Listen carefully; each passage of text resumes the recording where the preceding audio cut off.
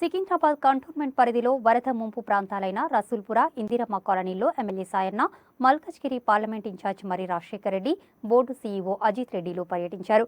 ముంపు బాధితులకు సీఎంఆర్ఎఫ్ కిట్లను అందజేశారు. నివాస ప్రాంతాల్లోకి వర్షపు నీరు చేరకుండా యుద్ధ ప్రాతిపదికన చర్యలు చేపట్టాలని అధికారులకు సూచించారు.